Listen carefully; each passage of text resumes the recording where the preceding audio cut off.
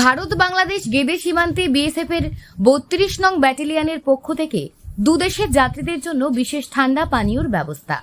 BSF এর ৩২ নম্বর ব্যাটালিয়নের পক্ষ থেকে ভারত বাংলাদেশ যে সমস্ত নিত্যযাত্রীরা বাংলাদেশ এবং ভারতে আসা যাওয়া করে তাদেরকে বিশেষ পানীয় ব্যবস্থা করল বিএসএফ এর ৩২ নম্বর ব্যাটালিয়নের সৈনিকরা।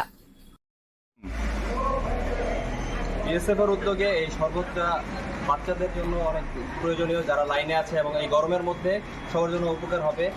আর এই উদ্যোগটা চলা প্রয়োজন, যা অনেকের জন্য গরমের মধ্যে রাত মিলে।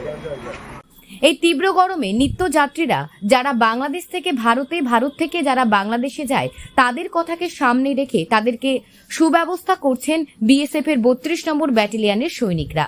শুধু ঠান্ডা পানীয় ব্যবস্থা নয়, নিত্যযাত্রীদের যাতে কোনো রকম অসুবিধে না হয় তার জন্য চেয়ার রাখা হয়েছে সারিবদ্ধভাবে এবং তাদেরকে বিশেষভাবে ব্যবস্থা করে দেওয়া হয়েছে বসবার জন্য, এবং দুদেশে যাতায়াতকারী যাত্রীদের জন্য বিশেষ ঠান্ডা পানীয়র ব্যবস্থা করা হয়েছে। এটি একটি বিএসএফ এর মানবিক উদ্যোগ বলে মনে করা হচ্ছে। সরকার বিএসএফ এর পক্ষ থেকে মানে আমাদের এখানে যারা বেড়াতে আসছে এটা ইনাদেরকে দেওয়া হচ্ছে। আর বিশেষ করে যারা মুরব্বী আছে, বয়স্ক, এদের খুবই উপকার হচ্ছে। কারণ এই প্রচণ্ড গরমের কারণে মানুষ মানে খুবই অস্বস্তিতে আছে, কিন্তু এই বিএসএফ এর পক্ষ থেকে যে সরকারটা দেওয়া হচ্ছে এটা আসলে ইনারা মানে ধন্যবাদ পাওয়ার যোগ্য। কারণ আমরা টুরিস্টে এদের সবার পক্ষ থেকে আমরা বিএসএফকে ধন্যবাদ জানাচ্ছি।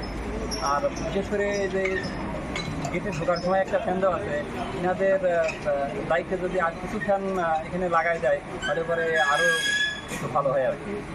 বিএসএফ এর সৈনিকরা যেমন একদিকে সীমান্ত পাহারা দিচ্ছে, তার জন্য আমরা রাতে নিঃসন্দেহে ঘুমাতে পারি। এইদিকে বিএসএফ এর এই উদ্যোগে যথেষ্ট তাৎপর্যপূর্ণ বলে মনে করা হচ্ছে। পাশাপাশি নিত্যযাত্রীরা যাতায়াত করছে, তারাও বিএসএফ এর এই উদ্যোগে যথেষ্ট খুশি বলে জানান তারা।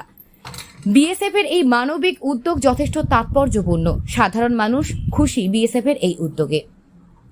নদিয়া থেকে মৈনাক দেবনাথের রিপোর্ট, লোকাল 18 বাংলা।